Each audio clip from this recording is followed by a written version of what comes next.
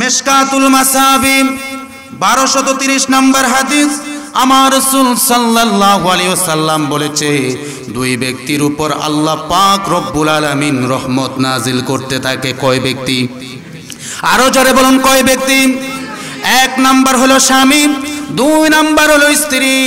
আমার রাসূল বললেন যে গভীর রাত্রে স্বামীটা আরামের বিছানা হারাম করে দিয়ে তাহাজ্জুদের নামাজের জন্য উঠে যাবে, উঠার পর তার স্ত্রীকে আঙ্গুলের সিটার মধ্যে কিছু পানি নিয়ে মুখের উপর ছিটকাবে, অথবা স্ত্রী তার স্বামীকে ঘুম ভাঙার জন্য তাহাজ্জুদের নামাজের জন্য আঙ্গুলের মধ্যে কিছু পানি নিয়ে তার মুখের মধ্যে ছিটকায়।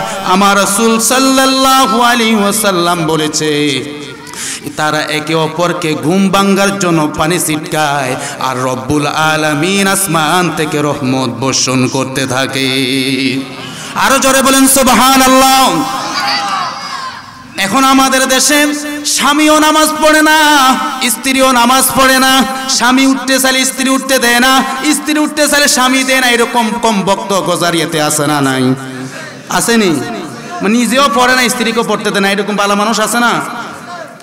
আর যদি স্বামী তাহাজ্জুদ গুজারি হয়ে যায়, তার ওয়াইফ গায়ে তাহাজ্জুদ গুজারি হয়ে যায়, আমার রাসূল বললেন ওই ফ্যামিলির উপর রব্বুল আলামিন রহমত নাজিল করতে থাকবে। শুধু তাই নয়, এ তাদের দাম্পত্য জীবনকে আল্লাহ মা ফাতেমার জীবন হিসেবে কবুল করে নেয়। বলেন সুবহানাল্লাহ। শুধু তাই নয়, মিশকাতুল মাসাবি 1238 নম্বর হাদিস হযরত আবু হুরায়রা বর্ণনা করেন, আমার রাসূল সাল্লাল্লাহু আলাইহি ওয়াসাল্লাম বলেছে, যে স্বামী আর স্ত্রী তাহাজ্জুদের সালাতে দাঁড়িয়ে যায়, তাদের নামটা কোথায় আমার আল্লাহ লিখে জানোনি? যারা সলিহিন বান্দা, আল্লাহর ওলিরা, বরফির আব্দুল কাদের জিলানী, খাজা মাইনুদ্দিন চিশতি, শরফুদ্দিন হাইকোড়ি সহ আমার গজারিয়ার সুফির সম্রাট শাহ সফি সদরুদ্দিন আশরিদ রহমাতুল্লাহ আলাইহির ওলিদের নামখানা যে খায়তার মধ্যে লেখা হয়, লিস্ট করা হয়, আমার রাসূল বললেন তারা তাহাজ্জুদ গুজারি হয়ে যায়। স্বামী তাহাজ্জুদ পড়ে, স্ত্রী তাহাজ্জুদ পড়ে, তাদের নামটা আল্লাহর ওলিদের খাতায় লিপিবদ্ধ করে দেয়। শুধু কি তাই? মিশকাতুল মাসাবি 1232 নম্বর হাদিস, সহিহ আত-তারগীবের 618 নম্বর হাদিস। আমার রাসূল সাল্লাল্লাহু আলাইহি ওয়াসাল্লাম বলেছে, চার শ্রেণীর ব্যক্তিকে আমার আল্লাহ জান্নাতে এমন একটা ঘর নির্মাণ করেছে, এমন একটা রুম নির্মাণ করেছে গ্লাস দিয়ে। কি দিয়ে? গ্লাস দিয়ে। যারা সমুদ্র সৈকত গেছেন কক্সেস বাজারে, তারা দেখেন এমন হোটেল আছে, হোটেলের ভিতরে গ্লাসওয়ালা রুম আছে, সেখানে বসে থেকে শুয়ে থাকে, আপনি সমুদ্র সৈকত দেখা যায় কি যায় না? এই দৃশ্যটা সুন্দর লাগে না? আমার রাসূল বললেন জান্নাতের মধ্যে এমন একটা ঘর গ্লাস দিয়ে আমার আল্লাহ নির্মাণ করবে, যে ব্যক্তিগুলা তাহাজ্জুদের সালাতে দাঁড়িয়ে যায়, আমার আল্লাহ ওই সমস্ত ব্যক্তিদেরকে গ্লাসওয়ালা রুমের মধ্যে জান্নাতে জায়গা করে দিব। শুধু তাই নয়, আজকে আমাদেরকে আমার আল্লাহ মাফ করে দেওয়ার জন্য কত সুযোগ দিয়েছে, কিন্তু দুঃখের বিষয় আমাদের রবি কোম্পানি, এয়ারটেল কোম্পানি, গ্রামীণ কোম্পানি, বাংলালিংক কোম্পানি অফার দেয়। আমরা বিশ্বাস করি 100 টাকা এত মিনিট, 100 টাকা এত জিবি আছে না নাই? কিন্তু রব্বুল আলামিন যে অফারগুলো আমাদেরকে দিয়েছে, দুঃখের বিষয় সে অফার আমরা গ্রহণ করতে চাই।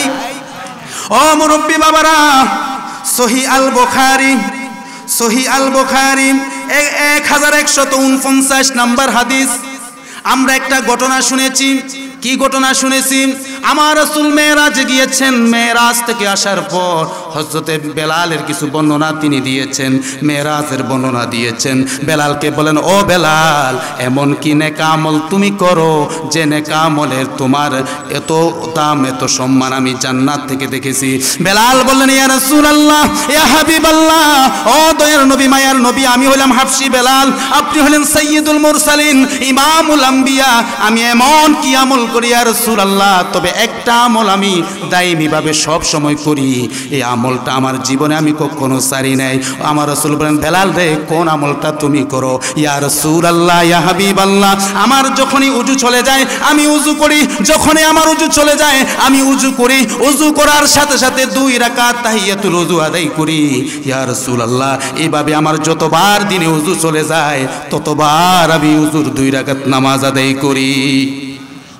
আমার রাসূল বললেন, বেলাল, ও বেলাল, এই নামাজ তুমি ছাইড়ো না, এটা ফরজ নয়, ওয়াজিব নয়, সুন্নত নয়, নফল নামাজ। এই নফল নামাজ বেলাল আল্লাহর কাছে এত দাম, এত সম্মানিত হয়ে গেছে।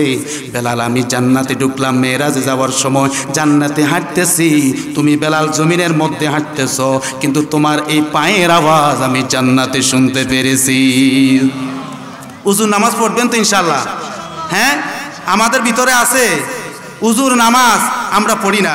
শুধু তাই নয়, সহিহ আল বুখারী 1934 নম্বর হাদিস, আমার রাসূল সাল্লাল্লাহু আলাইহি ওয়াসাল্লাম বলেছে, যে মানুষটা উজু করার পর 2 রাকাত তাহিয়াতুল উযু আদায় করবে, আমার রাসূল সাল্লাল্লাহু আলাইহি ওয়াসাল্লাম বলেছে, ইল্লা গুফিরা লাহু মা তাকাদ্দামা মিন যামবিহি, ওই ব্যক্তির জীবনের সমস্ত গুনাহগুলো আমার আল্লাহ মাফ করে দেন। আর জোরে বলেন। শুধু তাই না, মিশকাতুল মাসাবি 288 নম্বর হাদিস, আমার রাসূল বললেন, ইল্লা ওয়াজাবাত লাহুল জান্নাহ, ওই ব্যক্তিটা যদি উযু অবস্থায় যদি মারা যায়, ওই ব্যক্তিটার জন্য আমার আল্লাহ জান্নাত ওয়াজিব করে দেবে। দেখছেন কি অফার? কিন্তু আমরা, আমাদের মধ্যে আমলগুলো আছে নাই। আপনি মসজিদে ঢুকবেন, সহিহ আল বুখারী 1163 নম্বর হাদিস, আমার রাসূল বললেন, ইদা দাখালা আহাদুকুমুল মাসজিদা ফালা ইয়াজলিস হাত্তা ইউসাল্লি রাকাতাইন, মসজিদে ঢুকা মাত্র মসজিদের একটা হক অধিকার তোমার উপর আছে, সাথে সাথে 2 রাকাত দুখরুল মসজিদ আদায় করো। বলেন সুবহানাল্লাহ। শুধু কি তাই, সুনান ইবনে মাজাহ শরীফ 1374 নম্বর হাদিস, আমার রাসূল সাল্লাল্লাহু আলাইহি ওয়াসাল্লাম বলেছে, মাগরিবের নামাজের পর 2 রাকাত করে, যদি 3 রাকাত, যদি 2 রাকাত করে 6 রাকাত যদি সালাতুল আওয়াবিন আদায় করতে পারো, আমার আল্লাহ পাক রব্বুল আলামিন তোমার আমলনামায় 12 বছরের নেক আমল করার সওয়াব লিখে দেন। আছে আমাদের ভিতরে আমল নাই? কেমনে ফরজটা পড়া বাড়ি থেকে বাইরে যাব, ওই মসজিদ থেকে বাইরে যাব, এই টেনশন। মসজিদে ঢুকার সময় ঠেলাঠেলি না, বাইরে হওয়ার সময়। হায়রে দুঃখের বিষয়, মুসলমান মসজিদের যদি ফজিলত আর ইজ্জত সম্মান জানতো, মানুষ মসজিদে ঢুকার জন্য ঠেলাঠেলি করত, আর আজকে মসজিদ থেকে বাইরে হওয়ার জন্য ঠেলাঠেলি। আছে না নাই? দুঃখজনক। ও মুরব্বী, আর জোরে বলেন, পারবেন তো এই দোয়াটা পড়তে? হামদান কাসীরান তাইয়্যিবান মুবারাকান ফি, পারবেন তো ইনশাআল্লাহ? এবার আসেন, সময় সংক্ষিপ্ত, আর মাত্র 10 মিনিট আছে। জামে তিরমিজি শরীফের হাদিস 586 নম্বর হাদিস, আমার রাসূল সাল্লাল্লাহু আলাইহি ওয়াসাল্লাম বলেছেন, যে মানুষটা ফজরের নামাজ আদায় করবে, কোন নামাজ? ফজরের নামাজ আদায় করবে, আদায় করার পর 2 রাকাত নামাজ আদায় করবে। কয় রাকাত? ফজরের নামাজের শেষে কারো কাজ কাম থাকেনি, আমরা শুধুমাত্র মসজিদ থেকে বেরোই, হয়তো চায়ের দোকানে যাই, নয়তো ঘরে চলে যাই, এছাড়া আর কোনো কাজ আছে? আমার রাসূল বললেন, জামে তিরমিজি শরীফের 586 নম্বর হাদিস, আমার রাসূল বললেন, ইমাম যখন নামাজ পড়াবে, যখন সালাম সমাপ্ত করবে, তুমি, ও আমার উম্মত, তুমি ওই সময় বাড়িতে যেও না, দোকানে যেও না, কোনো কাজে যাইও না, অন্তত 20 থেকে 25টা মিনিট তুমি সময় দাও। নামাজ সমাপ্ত হওয়ার পর যদি কোরআনুল কারীম তেলাওয়াত করতে পারো, সূরা ইয়াসিন পড়ো, আর যদি কোরআনুল কারীম তেলাওয়াত করতে না পারো, জিকির আজকার দোয়া দুরুদের মাধ্যমে সূর্য উদিত হওয়া পর্যন্ত মসজিদের ভিতরে তুমি জিকির আজকারের মধ্যে থাকো। যখন সূর্য উদিত হয়ে যাবে, 2 রাকাত নামাজ আদায় করবা। এই নামাজকে আমরা কি নামাজ বলি? হ্যাঁ, ইশরাক বলি। ইশরাকের নামাজ পড়ি। আমার রাসূল বললেন, 2 রাকাত পড়বা। আমার রাসূল বললেন, কানাত লাহু কাহাজরি হাজ্জাতিন ওয়া উমরা। আমার রাসূল বললেন, তোমার আমলনামায় আমার আল্লাহ পাক রব্বুল আলামিন একটা সম্পূর্ণ হজ, সম্পূর্ণ উমরার সওয়াব লিখে দেন। আমাদের মক্কা মদিনা যাওয়ার সবাই আশা না? সবাই আশা আছে না? কিয়ামতের ময়দানে অনেক মানুষ উঠবে, উঠার পর বলবে, আল্লাহ, ওনাকে যখন দিবে এইভাবে, তোমার আমলনামা তুমি দেখো, তখন আল্লাহকে বলবে, আল্লাহ আমি তো দুনিয়াতে হজ করছি 4 বার, আমার হজের সওয়াব কই? আমি তো উমরা করছি 10 বার, আমার উমরার সওয়াব কই? আল্লাহ আমি তো বড় দানবীর ছিলাম, দান করেছি, দানের সওয়াব কই? আল্লাহ বলবে তখন, তুমি এই হজ, এই উমরা, এই সাদকা শুধুমাত্র মানুষকে দেখানোর জন্য করেছো, আমি আল্লাহকে খুশি করার জন্য করো নাই। আজকে তোমার ফায়দা দুনিয়াতে পেয়ে গেছো, আমি আল্লাহর কাছে নাই। আর এমন কিছু মানুষ দাঁড়াবে, আমলনামা দেওয়া হবে, দেওয়ার পর পরে দেখবে আল্লাহ জীবনে তো কখনো হজ করি নাই, উমরা করি নাই, যাকাতে তো বেশি দিতে পারি নাই, আল্লাহ রে তোমরা হজের সওয়াব কোথায় থেকে পাইলাম?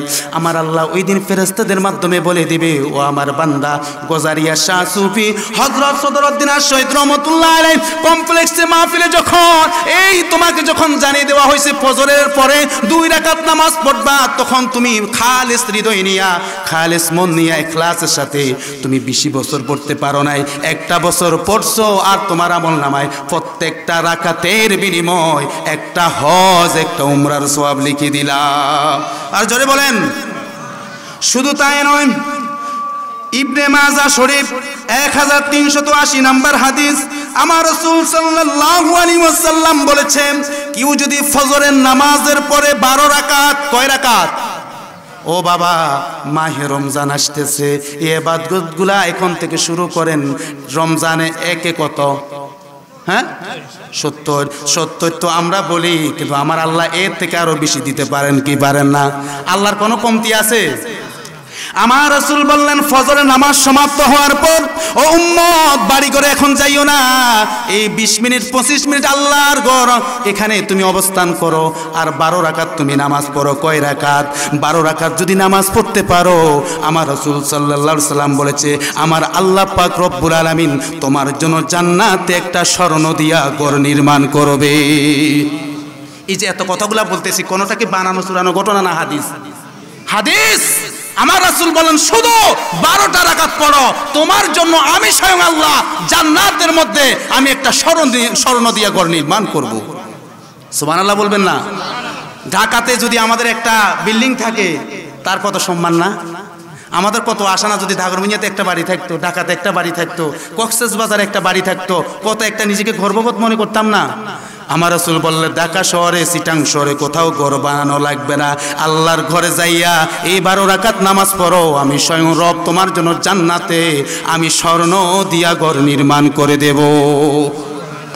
শুধু তাই নয়, ইবনে মাজাহ শরীফের 1382 নম্বর হাদিস, এই হাদিস শরীফের মধ্যে আমার রাসূল বললেন, তোমরা ফজরের নামাজের পর 2 রাকাত নামাজ আদায় করো। কয় রাকাত?